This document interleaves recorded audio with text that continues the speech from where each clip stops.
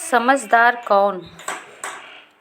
बहुत पहले समय में नवलगढ़ नाम का एक राज्य हुआ करता था। उसका राजा था नवल सिंह। नवल सिंह बहुत योग्य शासक था। राजा होते हुए भी वह प्रजा की स्वतंत्रता का वफादार था। छोटे बड़े हर नागरिक की सुख सुविधा की उसे चिंता रहती थी। प्रजा भी अपने राजा को बहुत चाहती थी और हर दिन उसकी जय जयकार करती थी। राजा जानता था कि यह सब उसके बुद्धिमान प्रधानमंत्री की नीति और सूझबूझ का परिणाम है। समय बीतता गया। एक दिन प्रधानमंत्री को काल ने घेरा। प्रधानमंत्री की मृत्यु से राजा का तो जैसे दायां हाथ ही कट गया। अब तक राजा निश्चिंत था। वह जानता था कि प्रधानमंत्री के रहते राज्य में कहीं अन्याय और अत्याचार नहीं हो सकता। किंतु अब प्रधानमंत्री के बिना शासन का कार्य चलाना कठिन था। वह यही विचार करने लगा कि नया प्रधानमंत्री किसे बनाया जाए। स्वर्गीय प्रधानमंत्री का पुत्र सोमदेव भी राजा के मंत्रिमंडल में था। अपने पिता के सामने ही वह राज्य के महत्वपूर्ण कार्यों की देखभाल करने लगा था। मंत्रिमंडल के अन्य सदस्यों का विचार था कि राजा उसी को प्रधानमंत्री बनाएंगे। राजा भी यही सोचता था कि पिता का उत्तराधिकारी पुत्र हो ही सकता है। राजा की नज़र एक और युवक पर भी थी। दिगराज नाम का वह युवक उस समय राजा के अंगरक्षक सेना का प्रधान नायक था। राजा भली भांति जानता था कि युवराज दिगराज प्रधानमंत्री के पुत्र शेषदेव की अपेक्षा अधिक सूझबूझ वाला है। फिर भी मंत्रिपुत्र के स्थान पर उसे प्रधानमंत्री बनाने पर प्रजा के अधिकांश लोग उसकी आलोचना न करने लगे। इस विचार से राजा उसे प्रधानमंत्री बनाने का साहस नहीं जुटा पा रहा था। सोचते सोचते राजा को एक उपाय सूझ गया। उसने उन दोनों की बुद्धि परीक्षा लेने का निश्चय किया। दूसरे दिन दरबार में राजा ने दोनों को सोने की म्यान में रखकर एक एक तलवार दी और कहा, दिगराज, तुम पूर्व के सीमावर्ती राज्य में जाकर वहां के राजा को हमारी यह भेंट दो। इसके बाद राजा ने सोमदेव से कहा, प्रियवर सोमदेव, तुम दक्षिण के सीमावर्ती राजा के पास जाकर हमारी यह भेंट उसे पहुंचा दो। दरबार में बैठे सभी लोग आश्चर्य कर रहे थे कि राजा ये भेंट क्यों और किस लिए भेज रहे हैं। खैर, दोनों युवक भेंट लेकर निकल पड़ी। कुछ दिनों की यात्रा के बाद सोमदेव दक्षिण देश में पहुंचा। वहां के राजा ने जब यह सुना कि यह भेंट उसके मित्र देश से आई है तो उसने सोमदेव का स्वागत करते हुए वह भेंट सादर स्वीकार की। राजा का सारा दरबार उत्सुकता से सोने की म्यान में रखी तलवार की ओर देख रहा था। राजा स्वयं भी उतावला था। राजा की आज्ञा पाकर मंत्री ने तलवार बाहर निकाली। चमचमाती तलवार की नोक पर लाल रंग लगा हुआ था। राजा की समझ में नहीं आया कि तलवार की नोक पर लाल रंग किस लिए लगाया गया है। राजा ने मंत्री से उस रहस्य को जानना चाहा, किंतु मंत्री भी लाल रंग का कोई मतलब नहीं निकाल पाया।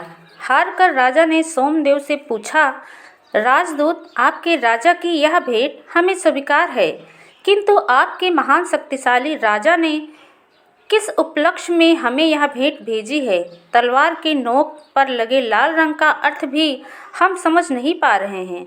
अब आप ही उसका अर्थ बताएं। सोमदेव भी इस लाल रंग का मतलब नहीं समझा था, किंतु इस समय उत्तर न देना भी अपमानजनक था। वह सोचने लगा, एक शक्तिशाली राजा का प्रतिनिधि बनकर नीचा देखना ठीक नहीं। ऐसा विचार कर वह कुछ अकड़ कर बोला, राजन, आप हमारे मित्र हैं, किंतु कहाँ हमारे राजा और कहाँ आप। तलवार की नोक पर लाल रंग लगाने का अर्थ यही है कि या तो आप हमारे राजा की तलवार शक्ति स्वीकार कर लें, अन्यथा हमारे महाराज की तलवार की धार आपके राज्य में खून की नदियां बहा देंगी। भरे दरबार में अपमानजनक शब्द सुनकर क्रोध से राजा के नथुने फूल उठे। उसने सोमदेव की ओर देखकर कहा, तो यह बात है, तुम्हारे राजा को अपने बल पर बहुत घमंड है। जाओ, उनसे कह देना कि अब युद्ध भूमि में ही तलवार की धार का फैसला होगा। सोमदेव की तरह दिग्गज भी भेंट लेकर पूर्व देश के राजा के पास पहुंचा। सिर झुकाकर सम्मानपूर्वक उसने वह भेंट राजा को प्रस्तुत की।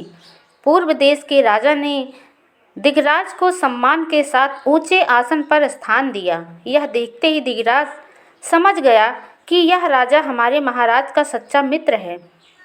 उसने म्याल से तलवार निकाली और उसे सम्मानपूर्वक राजा को भेंट किया। उस तलवार की नोक पर लगे लाल रंग लगा हुआ था। तलवार की नोक पर लाल रंग लगा देखकर सारे दरबारी आश्चर्य में पड़ गए। सब ने बहुत सोचा समझा, किंतु किसी की समझ में इस अद्भुत भेंट का रहस्य नहीं आया। अंत में राजा ने दिगराज से ही उस रहस्य के बारे में पूछा। दिगराज कुछ सोचकर बोला, राजन, हमारे महाराज आपका बेहद सम्मान करते हैं। यह तलवार इसी बात की सूचक है। तलवार की नोक पर लगा लाल रंग महाराज का यह कहना चाहते हैं कि मैं और मेरा राज आपकी मित्रता के लिए अपने खून की एक एक बूंद तक बहा सकते हैं। दिगराज के मुख से यह सुनकर पूर्व देश का राजा हर्ष से गदगद हो गया। उसने कहा, राजदूत, मैं आपके महाराज की इस मित्रतापूर्ण भेंट को सम्मानपूर्वक स्वीकार करके उनको हृदय से धन्यवाद देता हूँ। मेरा तन मन धन सब उनके लिए समर्पित है। दिगराज विदा होने लगा तो राजा ने अपनी सेना की एक विशाल टुकड़ी उसको सुरक्षित सीमा तक पहुंचाने के लिए भेजी। यही नहीं, उसने इस भेंट के बदले लाखों रुपए के बहुमूल्य उपहार भी साथ में भेजे। उधर सोमदेव के पीछे पीछे दक्षिण देश के राजा की विशाल सेना भी आक्रमण के लिए चल पड़ी थी। सोमदेव ने राजा को आकर पूरी बात बताई तो राजा बहुत परेशान हो उठा। युद्ध की तैयारी थी नहीं और शत्रु बढ़ा चला आ रहा था। सम्मान की रक्षा के लिए युद्ध तो करना ही था। राजा के आदेश से सेना नगर के परकोट से बाहर निकली। अभी युद्ध शुरू भी नहीं हुआ था कि तभी दिगराज भी सेना की एक टुकड़ी के साथ वहां आ पहुंचा। गुप्तचरों द्वारा उसे सोमदेव की करतूत का पता चल गया था।